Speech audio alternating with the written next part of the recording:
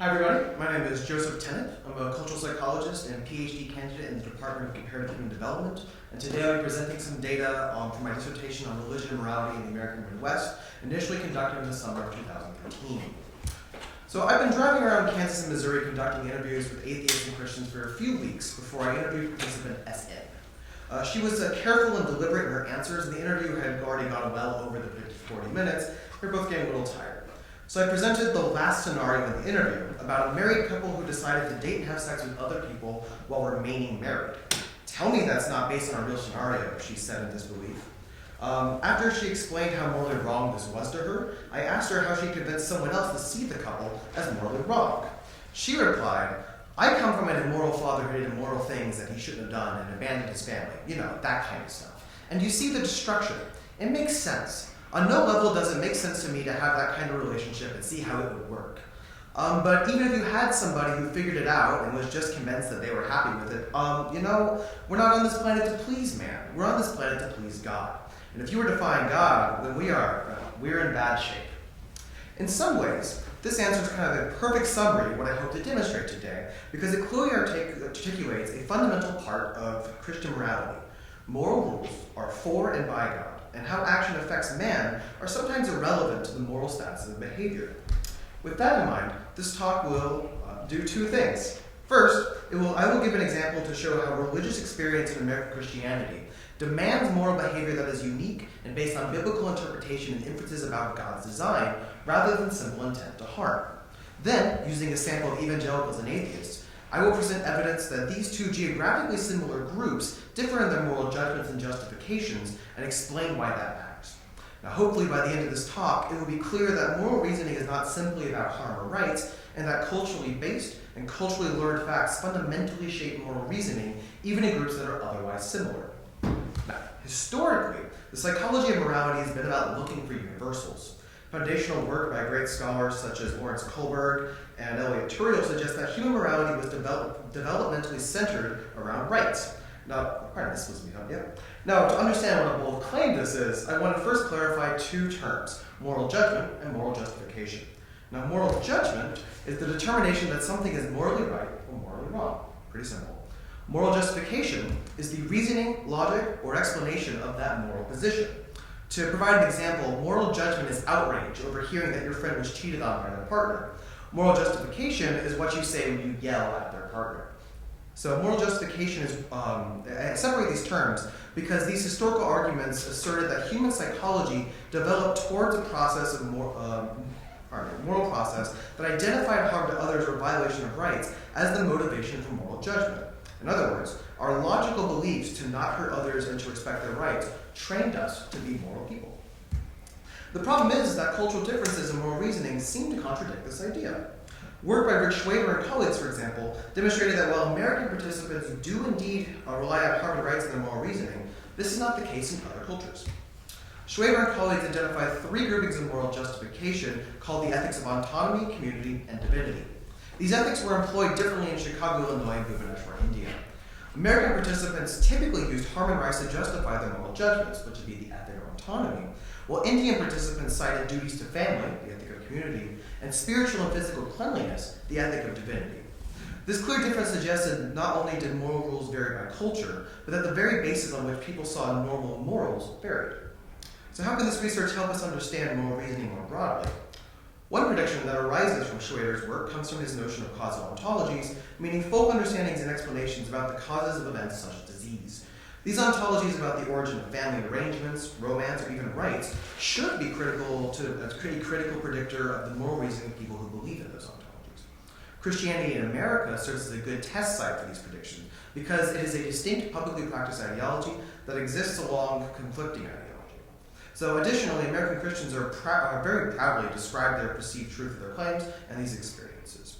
So as research by anthropologist Tanya Luhrmann has shown, evangelical Christians in America claim to actively experience God's command, voice, and presence in their day-to-day life. Indeed, attendees of the church Luhrmann studied even took part in classes of learning to talk and hear to God directly. This practice is important too, as R. Norzane discusses in his book. For example, there's evidence of a Sunday effect. in which the tendency for moral and pro-social behavior increases on Sunday and then decreases throughout the rest of the week. Taken together, these studies show that active participation with God and with the church has real effects on moral behavior in American Christians. Further, the content of religious practice matters. So in evangelical Christianity in America, there is a tendency to ascribe a purpose or plan that God has for each person. God being the creator of not just the universe, but also of each individual person, means that God designed people to do something, meaning the intended human function. Failure to live up to that function is then an immoral defiance of God, and one that has little to do with the effect of the actual behavior.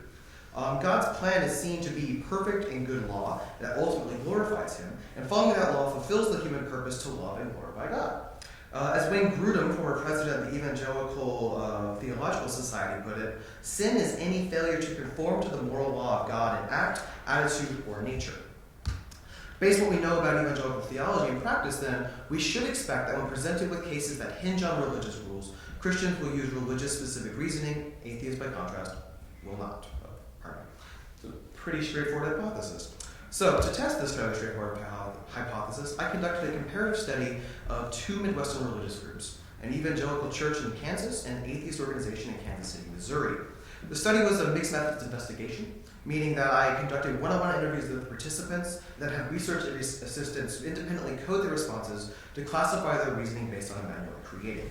The interviews consisted of 8 scenarios, in which I presented different moral situations to participants, and then asked them whether the person in the scenario was morally right or morally wrong. I also asked why the person in the scenario was morally right and morally wrong, whether that action was always morally right or morally wrong, and how they would convince someone else to see it that way. Overall, I conducted 55 interviews with 30 atheists and 25 Christians over the course of 3 months in 2013. Now, the scenarios were designed based on current events from newspapers and relevant editorials that were relevant to the broader communities of interest, but not to the specific organizations themselves. For example, scenarios that were designed to provoke condemnation in the Christian community involved a gay couple who wait until marriage to have sex, a child who is born male but is allowed to live as female, a man who masturbates alone, and a polyamorous couple seeing outside partners, as in the example in the introduction. For atheists, the scenarios included a judge making a man go into a Christian rehab center or face jail time, a woman being denied the chance to be a pastor because she is female, a woman seeking an abortion being told she first has to get an invasive ultrasound, and a man who hunts elephants for sport. These data were independently coded by research assistants with a 70% overall agreement rate. Now, as you can see from this graph, unsurprisingly, atheists and Christians differ in their moral reasoning overall. The only surprise from these overall judgments is that atheists were more uniform in their responses than Christians, despite initial predictions that these groups would have equal levels of disagreement within each scenario. So this surprise may be partly explained by this graph, which shows the overall percentages of each primary moral justification. Primary moral justifications in this case are based off of what the independent coders selected as the most essential justification employed by participants. While atheists primarily justify their moral stances with rights, as you can see in the graph, Christians use a combination of sin-based and design-based arguments, with design-based arguments being those that use God's creation of nature and man as a source for how people should act. So this is something like the naturalization of gender roles. Additionally, several harmless scenarios, which explicitly said no one is hurt in the situation, provoked strong moral condemnation that did not employ later harm-based justification, suggesting that traditionally studied bases for morality are not the only ways in which American participants, atheists and Christian, reason about their morality. So, these results do suggest that these groups employ different moral reasoning, which we didn't necessarily find surprising. However, is this a case of differing rates of similar justifications, or are there deeper differences based on religious and cultural ideology? Looking into some specific cases, these interviews suggest the latter. For example, here are some examples of atheists who said polyamory was morally right, and actually all the atheists in the sample said polyamory was morally right. These excerpts were chosen semi-randomly from the full sample, and they reflect the way rights reasoning was employed by the atheists. So one participant describing why they thought polyamory was morally right said, again, it's all consent. It's all consent. It's all informed consent. So another participant, before I start analyzing this, said, I think it's perfectly acceptable so long as everybody's consenting and comfortable, and the extent to which they're respecting each other's wishes as well. So when I asked this participant if there were cases where polyamory would be morally wrong, The same participant said, if you're being selfish and inconsiderate of other people's feelings, then I see that as a moral violation right there, regardless of whether what you're doing is wrong. If all your intentions are wrong, then I see that as a moral violation. So all of these cases situate the moral line in the ability of a person to make their own decisions and reinforces their right to choose their intimate relationships as long as there are no coercive or dishonest behavior. In the last excerpt, the intention to break contract or mislead somebody else, even if there is no immediate harm, is viewed as morally wrong because it is not within the bounds of the mutually agreed way of treating each other. While Christian participants didn't employ rights in their condemnation to practice, well, most participants, I should say, those that did used them in a very different way. One participant said of the subject, when a couple gets married, I see it not only as a vow and a promise between the two of them to be faithful to each other, but they're making a promise to be faithful before God and before their friends and family. Another said, because marriage means, she sort of struggled to get this answer out, an exclusive right to the other person, I guess, kind of. So if they want to have sex with multiple people, they shouldn't be married. They should get a divorce, or that's how I feel, I guess. Note that the first participant is using the consent argument similarly to the atheist, but sees God as a party to that consent. While the two people may consent, their reasoning suggests God does not, which makes the act immoral. For Christians, the nature of marriage arrangement is not for humans to determine, and thus humans lack the right to alter that arrangement. And I think that's evident in the second one there, when they shouldn't just be married at all. So, taken together, this evidence suggests that Christian and atheist participants differ both in moral justification and judgment, and even how specific justifications are formulated. More importantly, Christian reasoning, as observed in the sample, derives its basis from interpretation of God's plan and design, making it fundamentally different from morality that is typically seen in polling in mainstream America. So I'm going to attempt a sports analogy to wrap this up, and I hope you forgive me, I'm not a sports guy. But imagine that morality is calling balls and strikes in a baseball game. So to determine if a pitch is a strike, Christians are taught to ask for the umpire for a ruling. Atheists, on the other hand, are taught that they are the umpire. So to carry this analogy a little more, this idea helps explain why neither side typically agrees on what happens in a given game, since neither side really agrees who's calling the shots in the first place. Now, an implication for this, an example I've been using is the Bertle versus Hobby Lobby case about the contraception mandate. Christians are very much in arms about this, and it's about their right not to have to provide abortion for patients. Atheists say this is just comprehensive care, and people should be able to just buy their own contraception on their insurance plan. Their arguments go back and forth until you do the analysis. They really have no overlap whatsoever. They don't even agree on the facts or the reason why the facts matter or the fundamental rights on which these arguments are based. It's a wholly parallel discussion. And so in terms of implications for moral reasoning, we need to do a better job, both academically and practically, of considering each argument as real and meaningful to the person, and considering the points of evidence that don't make any sense to us as real and impactful, something we don't often do. So in closing, I think the best way to wrap this study up is, there's a song in Christian radio by Hawk Nelson, and it's called Words, and the chorus to it is, let my words be love, let my words be true. I don't want to say a word unless it pulls the world back to you. I think in many ways this summarizes Christian morality.